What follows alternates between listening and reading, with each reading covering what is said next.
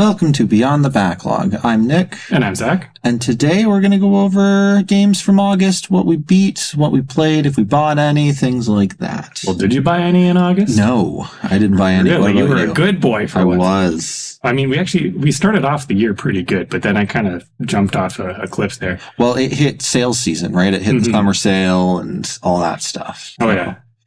But, I mean, it was also my birthday last month, which is why I got Far Cry 6 and The Last of Us Part 2. Yep.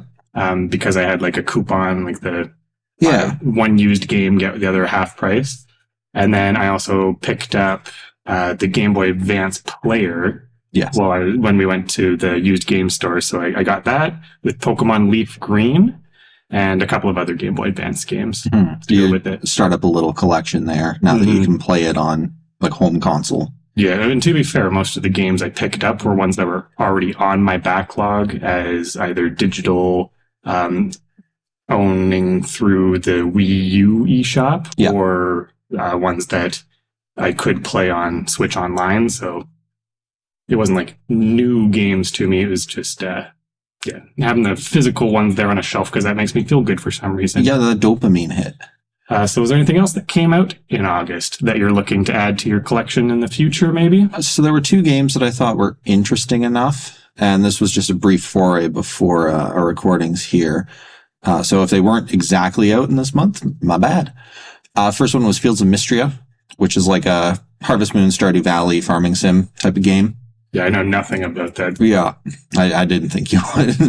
And then the other one is Black Myth Wukong, which is... This one I've seen quite a bit about. So it's like a Souls-like game based off of a 16th century Chinese novel. And I've heard really good things about it. So it's one that'll go on my list and sit on my Steam wish list for probably 3-4 years until it gets cheap enough that I go, yes, I can buy that. Now, one thing I did feel like was a commonality between games that did release in August of this year was, so like Black Myth Wukong, great. It's a new IP, but there was a lot of criticism maybe levied at the fact that it doesn't really do anything wholly its own. Yeah.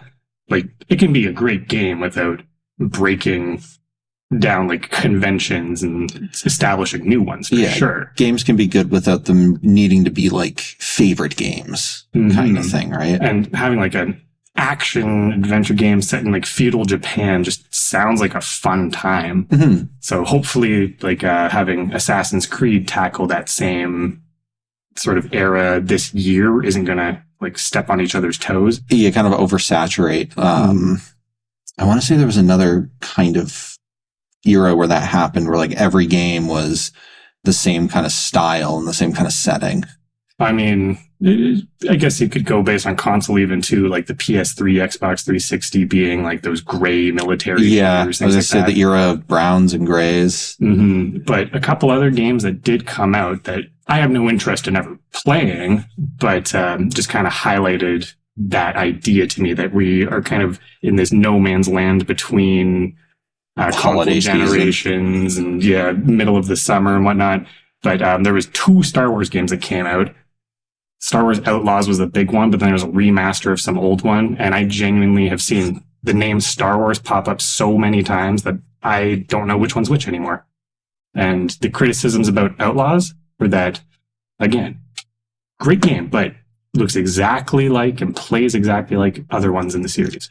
Yeah, it almost has Pokemon syndrome at this point, right? Where, like, okay, it's just a Star Wars game. And Star Wars is a strong IP, but I don't know if it's that strong. Right? People will just buy Pokemon games, and I don't know if that's the case for Star Wars. They still kind of have to be good games. Like, Star Wars can carry, like, a TV show or a movie to box office success. Yeah. And there has been a history of good Star Wars games. But if you showed me a screen capture from Outlaws and compared it to, I don't even know what's come in the last few years, like the Jedi Fallen Order. I think there was 2 in that series. There was like the Rogue Squadron. Like they all look the exact same. Another prime example of that would be Concord. Yep. And how this was a hyped up 5v5 arena shooter. When I say hyped up, I don't mean by people, and by like consumers. I mean, by the marketing team. Yeah. And it fell so flat and was immediately pulled off of store shelves, and it's now going to become probably a collector's item, if anything, if you have the physical discs. Yeah. Because it sold so poorly. But that, I think, is kind of a negative little look at the state of game releases for this month. There still was great content, and I think both of us still had a lot of fun playing video games. Absolutely. So do you want to... Bit of a slower time, but... Not that I was going to say, not that I particularly took a lot of time myself to play games, but... It's the end of summer. That makes sense. But we'll start it off. My first one I counted it as beat. I don't think I technically finished it, but got enough out of it to go, this is it. And that was Wonder Boy the Dragon's Trap. It came out April 2017 for the Switch. I think it was on other systems too. Yeah. Right? Yeah. I have it on the Switch. It was actually my second Switch game that I got after Breath of the Wild. So I had Breath of the Wild. I think I just did that for like a month and a half. And then I was like, okay, well, let's get this. And then it's just been sitting around. It was a remake of the Sega Master System's game, Wonder Boy 3, Dragon's Trap. It's one of those classic, like, NES, Sega Master System era platformer. So its whole thing is you get cursed, and it kind of carries on from the second game. You get cursed and turned into like this dragon. So you have to go through some stages as a dragon guy. Then when you beat the boss, you get turned into other creatures that have different abilities. And that's kind of how your progression system goes. You get more abilities, and that lets you go to different places. In terms of it being a recreation, it's a really good like representation of a recreation. Yeah, I read somewhere that it was they kind of reused the original source code. Yes. Yeah, so they took they reproduced the animation and the art, but they took everything else and then just used it again. But my favorite part about it is one of the trigger buttons you hit, it turns it from your hand-painted modern art to the retro Master System styling of graphics. Okay, yeah, I love when games do that, even if it's almost like the 3D slider on like the 3DS, where it's like, you do it and you're like, oh, that's cool, but then never use it. No, exactly. It's sometimes I'm like, you know what, I just feel a little bit more retro, and it changes the sound and everything like that as well. So it's a cool little thing, and I think for a remaster, or remake, either or works. It's a cool little thing to give a lens into the history of gaming.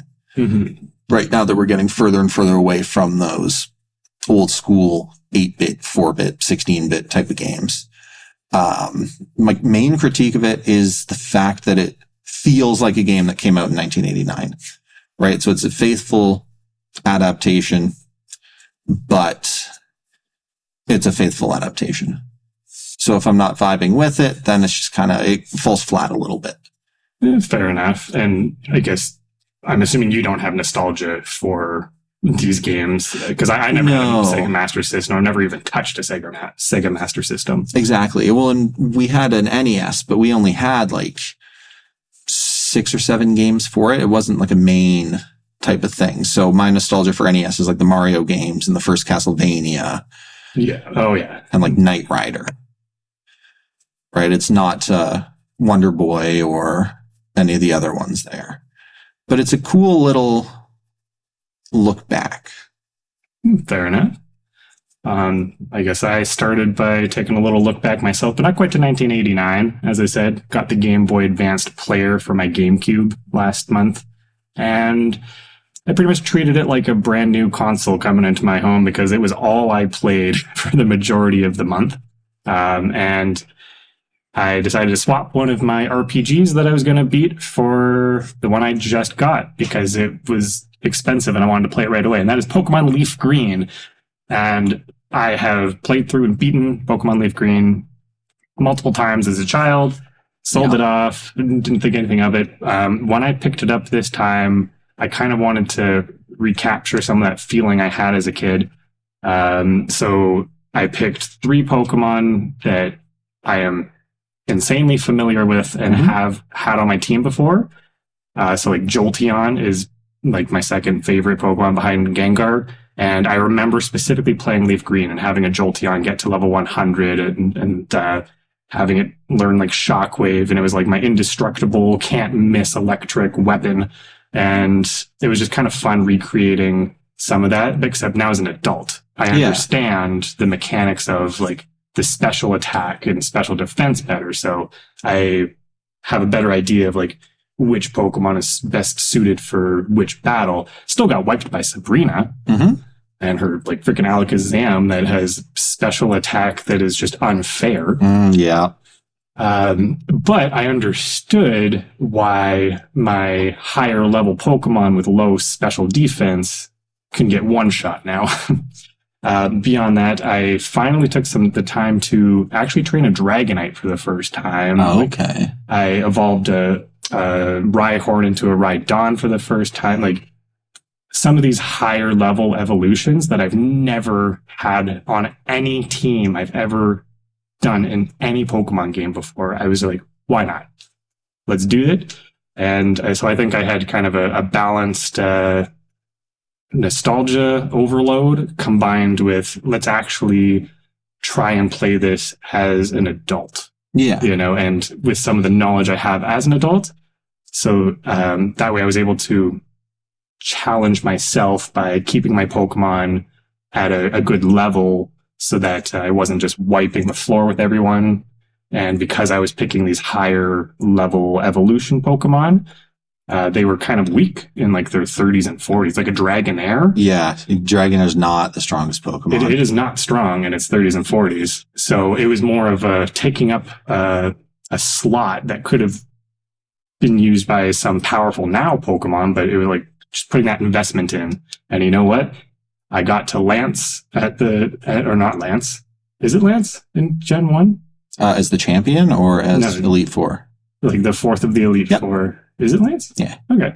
So I got to him, and the only thing that I had in my disposal to take care of his Dragonite was my Dragonite. And I was like so glad that I had one that was at that level and was able to. Yeah, otherwise it's a lot more difficult dealing with dragon types. But I do legitimately think that I have more fun playing Pokemon now as an adult than I did as a kid. And I had so much fun playing as a kid. And it was just really fun to relive that. Yeah. And good to get another RPG off the list. Of course. My next two games are part of my 12 and 12. I had wanted to beat the Mass Effect trilogy for the year. And I just can't get into the third game. But I beat the first two, so I'll talk about those instead, and then get into a little bit on why the third game was harder to get into. And I remember you mentioning you just wanted to give a little rest before coming back to 3. Yeah, so I tried getting back into 3 maybe a couple of weeks back for sure, like near the end of August there, and I just couldn't.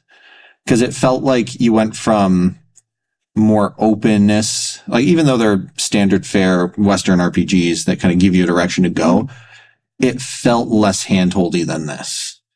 This third game felt very much like you're just kind of following the beacon. Okay. Right. And that's when I started falling off of like Assassin's Creed games and games like that is when they started to not give it as much of an exploration. Yeah, like playing in a modern Assassin's Creed, it's like the locations exist for the story to happen. Yeah. And then once you wrap up the story, it's like, oh, now if you want, there's hours and hours of things to explore here, but it wasn't necessary. Exactly. Which I think is a little bit better. But Mass Effect was a little bit more closed. It reminds me a lot of like later era Final Fantasies. Right? Like I've tried to get into Final Fantasy 13 and I just can't because it is very like, go to this place, do this thing, go to that place, do this thing. And I almost miss wandering around aimlessly. I think literally the most recent Final Fantasy game I have played is Final Fantasy Tactics Advanced. Mm-hmm. Yeah, the whole transition to it was a little bit wonky for me. But we'll talk about the first Mass Effect game. It's Mass Effect, it's BioWare, action RPG. I had beaten this when I was a kid, like 15 years ago. And then I stopped at the second game. I kind of run out of juice being able to play the same style of game too much. But I think last year I got a good deal on the Legendary Edition. And the cool part about the Legendary Edition is you treat the first 3 Mass Effect games like its own trilogy, like a 3-act story. And when you beat the first game, you can load your save status onto the second game, and it gives like your main character beats that you hit. Right. So like if you got into a relationship with someone who died, who didn't die, and you can kind of work around that. And it gives you slight changes in the second story based off of what you did in the first, which is really cool. But the fact that it's all tied together in one proverbial disc is a lot more fluid than, okay, I got to make sure I buy everything on the PlayStation or buy everything on the Xbox or on PC because I can keep everything together. Yeah, you become a little less aware of the fact that there was like years of separation between them. Exactly. And the fact that it's so far in the future now, you can play it like a more fluid story. It's kind of like a Baldur's Gate type of thing as a big 3-act story. But the first game was my favorite one. I think I do like the second one better now. But it's your classic BioWare style of RPG. So a pretty basic good evil system, right? Based off of what you say or what you do or who you kill or don't kill, you get good points and bad points.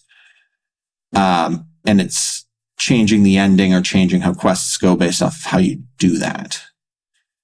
Which in an RPG, I like a lot better than in something like the Telltale games. Yeah, the Telltale games, it's almost like you realize immediately afterwards it had very little actual impact. Yeah, I like the Telltale games. Certain ones I really enjoy, but you can't tell me that it's just an interactive story that you build around. Yeah, like it's pseudo choice. Yeah, exactly. But with the game like this, it augments it a little bit more, right? Because it's a secondary to the overarching story, which I think works for it. Whereas Telltale games, it's all based off of the story. So the moment that you feel like you are not having an impact on the story and it's happening regardless of you is the moment that the illusion's shattered. Yeah. Right? So you have your main story that you can go to, but you can also just wander around and go to a bunch of random planets. And if you can land on the planets and not just like mine it for minerals, you have some type of secondary quest. And what's really cool about the secondary quests is they can be basic, but they kind of build the world itself, which is really nice because then the second game really adds on to a lot of the things that went on to the outside perspective. Right, so you're introduced to this extremist group named Cerberus, who you get into in the second game because they're like a much larger part of the story. And you wouldn't know that. It would still come as like, oh, who are these people? But if you played through enough of the first game, you can see everything kind of starting. Do you know, like, was it intended originally as a trilogy? Yes. Yeah, so it was intended as a 3-part story. Which is what makes like Andromeda interesting because it continues afterwards.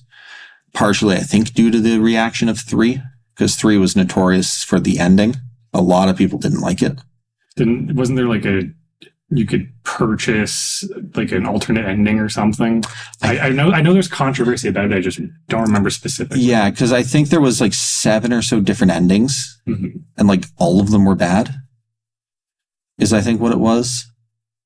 I just know they released a version of it or like had an update that you could download or something that changed the ending where it just became like a generic happy ending. I think so, yeah.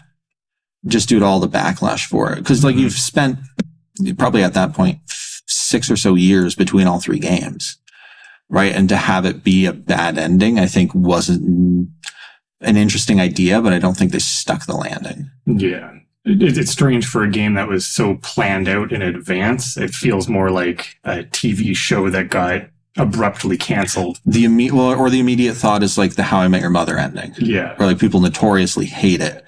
And then they just made a better ending by cutting out the last like 5 minutes. Yeah. Like I don't watch and get connected to a lot of TV shows, but I legitimately was pissed off when I watched that for the first time. Exactly. Right. So I can understand that even though me as a gamer, I'm like, it's the ending of a video game. Why are we all upset about it? But I have felt that sensation before, so I understand. You get it. But a basic going on to like the first part of the story is your shepherd. It's either John or Jane, depending on if you're male or female. And humanity's just kind of discovered your warp travel, right? Within the last 30, 40, 50 years. So now humanity wants a bigger piece of the pie in like the galaxial politics, but they're not one of the three main races. And you have almost like your super soldier types, right? Like your Navy SEAL kind of thing, SEAL Team 6 sort of thing, the Spectres. And you wind up becoming the first human Spectre. So you got a whole bunch of pressure on you, being you can't mess up. You need to be perfect for it. And you wind up facing a rogue Spectre and these things called Reapers that want to eradicate the entire galaxy that you're in. So the game kind of follows around those story beats. It's a nice introductory kind of story, right? Because it follows this thing is stronger than anything we faced thus far. And then it'll go into a little bit more as the series progresses. But overall, I still like the game. I had played it 15 years ago, liked it then, still like it now. But I think now I'm kind of done with it. Yeah, it's hard to motivate yourself to go for like a third time down a game like this unless there's going to be another like 15-year gap. Yeah, exactly. And I'm not the kind of person who can immediately like go back. It's not a comfort kind of game for me to just go back and see different styles of things because I don't like to miss things in games. So the max is like a good run and then an evil run. And then that's kind of it. Maybe a neutral run if that's an option. And then that's kind of how I do RPGs. You're just too passive to have any fun in it, eh? No. Exactly. I'm the kind of person who doesn't spend any time in character creation. I might change the hair, I might not. Depends on if I'm wearing a hat or something. Fair enough. Yeah. All right. Well, we'll take a little detour between Mass Effect 1 and 2 here and talk about just a fun little game that I popped in my DS for a while, and that was Thrillville Off the Rails. Now, I picked this up thinking it was a competitor to Roller Coaster Tycoon back in the day in terms of theme. Yep. But gameplay, it is not an RTS at all. Okay. It's not a tycoon, like it's not a management simulator at all. It's kind of a glorified way of doing like a mini game compilation.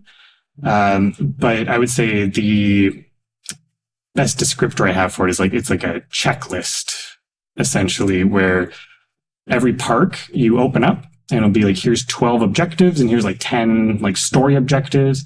But when I say objectives, I literally mean like play this mini game. That's it. Play 3 mini games against guests and win. That's it. Like upgrade one of your mechanics to level 2 or something, like just basic things like that. Yeah, like a time padding. Yeah, so it's like the first one, it takes maybe 45 minutes to build up your park to do all the objectives. And then you literally just do that 6 times, but they don't change the objectives in any meaningful way. And that was probably the biggest disappointment from this one is it's great that you get bigger coasters to build and that you get different cool parts to the coasters, but you don't build it from scratch like in another game. You get the layout and then there's like 6 modifiable things that you can do. And I think the most frustrating part is that the ones that give like the highest thrill rating for that coaster are locked behind arbitrary random like objectives from prior parks. Yeah. So by the time I got to the final park, it was like, all right, builds like a large steel roller coaster that has 4 of these like wow parts to it. They're whoa parts. That is actually what they're called, the whoa parts. Okay. I'm assuming like loop-de-loops or like big drops. Yeah, like essentially the whoa parts that like wouldn't actually exist on a real roller coaster. Oh, okay. Like one is literally it flings you straight up in the air off the screen and then you come back down the other side. Yeah. And out of the 4 spots it wanted me to do on this, I could only do 2 of them. And I literally had to like go through some really old like game FAQ to figure out where the other 2 parts were. And they were just completely random. Yeah, just I never would have thought to do those objectives back in the other missions. Yeah. Or back in the other levels. And so I did beat the story. And I actually, by the time I did that, you've already almost 100% completed it. So I went ahead and 100%ed it. I don't think it's a recommend from me, but it was a good little way to distract myself. Definitely strange to me that there is a group of people that are nostalgic for the console version of this game. Yeah. And I really want to see how that one's different, because if it's anything like this mini game compilation, you don't get it. I don't get it. See, we don't just do good games. Yeah, so if anyone has played the like PlayStation 2, I want to say it was, Thrillville, please let me know just what that game is like, because I legitimately have no idea. Mm-hmm. And I didn't particularly care for the handheld version. Yeah, I get that. With that little preamble out of the way, Mass Effect 2. Oh my gosh, yes. And guess what? I played Mass Effect 3 now. Yeah. I think it's better than the first one. I didn't have that opinion way back in the day because I just kind of fell off it. It was just kind of whatever for me. Because the first one, I think, hit the exploration want that I had. But Mass Effect 2, I think there's a lot more to do in the world, and it does a better job at making the world feel more grand. Because in the first game, like, you have your world map that you go to, and you travel amongst the planets and the systems, but being able to just control your spaceship in kind of that open space felt a little bit more like, oh, we're actually going somewhere. Your secondary planets, if you go to them, are a little bit more filled out. There's a little bit more to do with them. And then you get very much into an act 2 of a story, right? So you beat the Spectre, you beat the one Reaper that was around, like, the area around, but now more are coming, and you have to find out how to stop them, right? Because you killed the one, and it just, like, decimated everything. So now you have to figure out what to do when there's, like, a whole fleet of them pretty well. Excellent. But Cerberus has saved your life, so now you're indebted to them. They're more like an extremist mercenary group. And you continue fighting the Reapers. You have to find a way to get to a different area of the galaxy and, like, send something out to eliminate more of them. I think they did a really good job increasing the scope, right? You don't immediately go from, we killed this one thing and now we're going to kill like 1 million of them, right? They did a good job at increasing it enough that it didn't feel like you were getting too strong too fast. So not like the Stranger Things template of 1 alien, 3 aliens, giant alien, literally whole planet is just like an alternate dimension for aliens. Exactly. Like, it scales up pretty well for that. I think the combat was a little bit better. I don't care about combat in a lot of those games. I am the kind of person, especially nowadays, who does like the easiest difficulty just to be able to see everything. And if it's not a big part of the game, right? Like a FromSoft game, I enjoy the difficulty of it. Mm-hmm. But for something like this, I'm like, well, if I just do easy, it saves me like 8 hours. Oh, yeah. Right? And at this point, if I want to get through all the games that I have, I'm like, well, this is kind of going to have to be what I do. And a game that has the right difficulty, because it's meant to, will hook you in for different reasons. Exactly.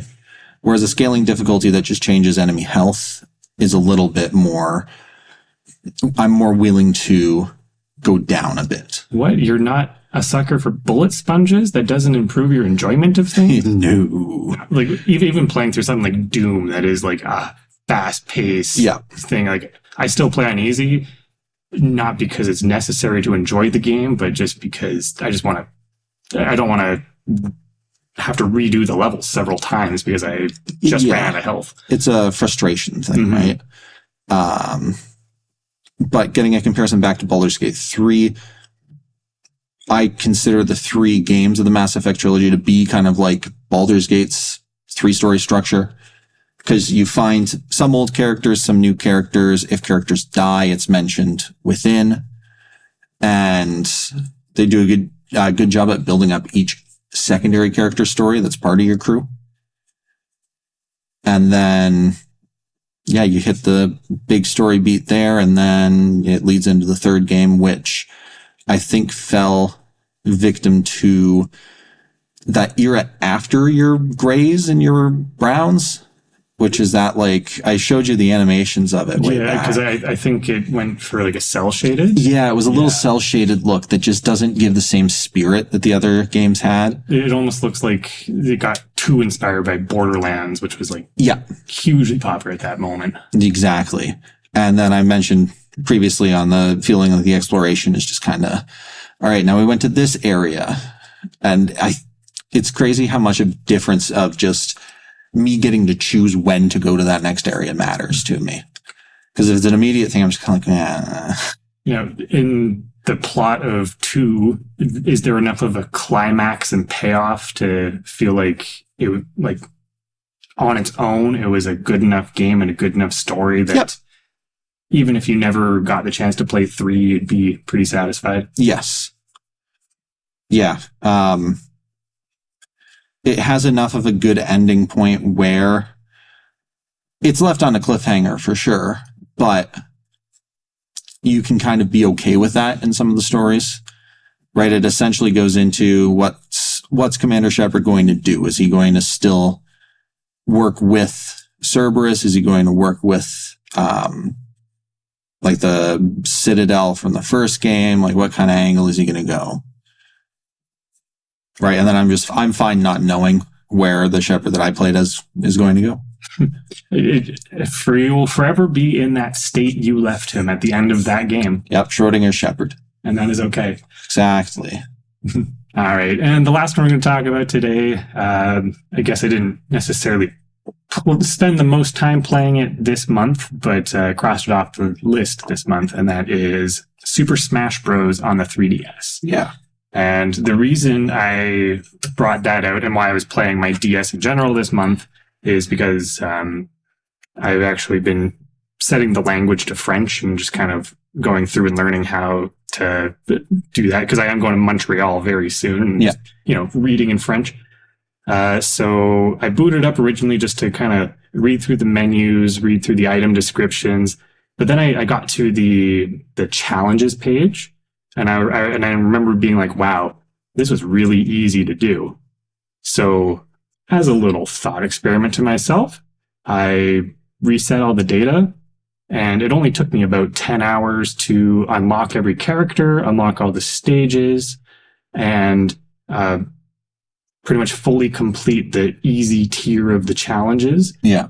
And as I said, like way back when the game came out, now 10 years ago, more than that. Yeah. Which is crazy to think about. I did beat all the challenges, and I think it was a perfect precursor at that moment to Smash for Wii U. Mm-hmm. But looking back at it now, I think it actually does an even better job than that. Like it wasn't just like an appetizer for Wii U. I think playing Smash on Wii U is unnecessary today. Yeah, I would say that. Like, it's a great game, but there is nothing in there that specifically makes me gravitate to that game. Yeah. The fact that I can just pick up my 3DS and play it anywhere is a lot of fun, though.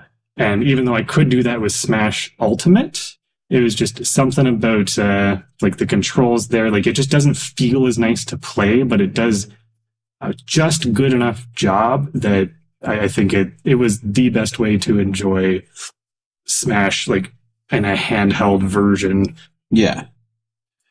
And I think it stands out for that reason. Just seeing it run on the 3DS hardware and knowing it's like weaker than a GameCube, but still has way more content packed into it than Melee ever did. Like it's just a neat little point in history. And I don't think me talking about it here is going to spark people to suddenly go back and really dig back into Smash for 3DS. But if you love Smash and you just want to have that like kind of 10-hour single player experience before setting it aside, it's perfect for that. It kind of harkens a bit back to, like I have Mega Man 2 for the Game Boy, and the Game Boy game versus the NES game, like it has different content. It's shorter, obviously, right? You couldn't load everything in. But because it is a completely different experience, it has its own charm to it. Well, and that's where I think Smash on Wii U is the perfect game for just having up to 8 people in a room together. And it was the first time you could do that, and that was significant.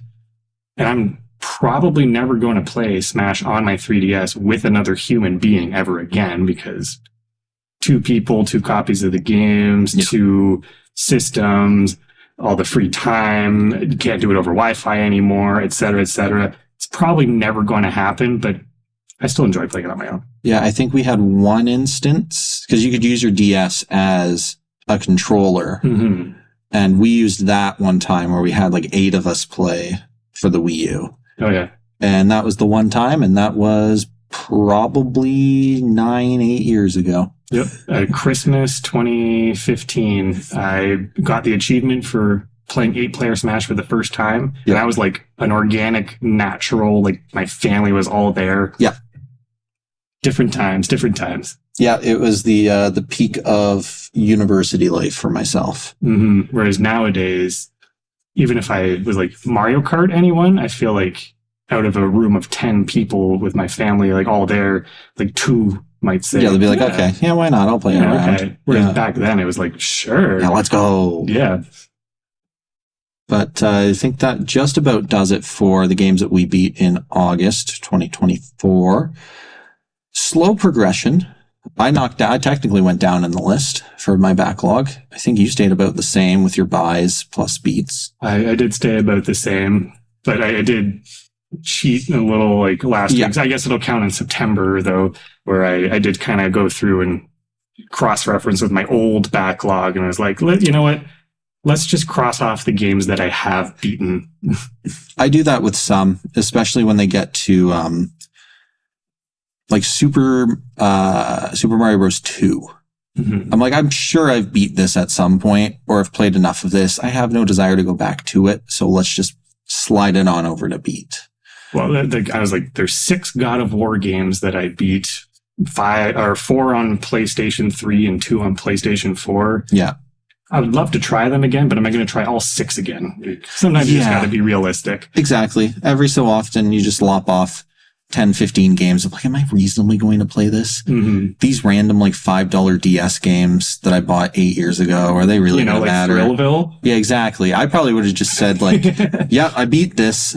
And it was tempting, but I was curious if it would change enough in the later stages. But fair enough. But that's it. That's all. Tune in next week and we'll see what we talk about. I'm going to guess mobile games. Woohoo! Thanks for listening.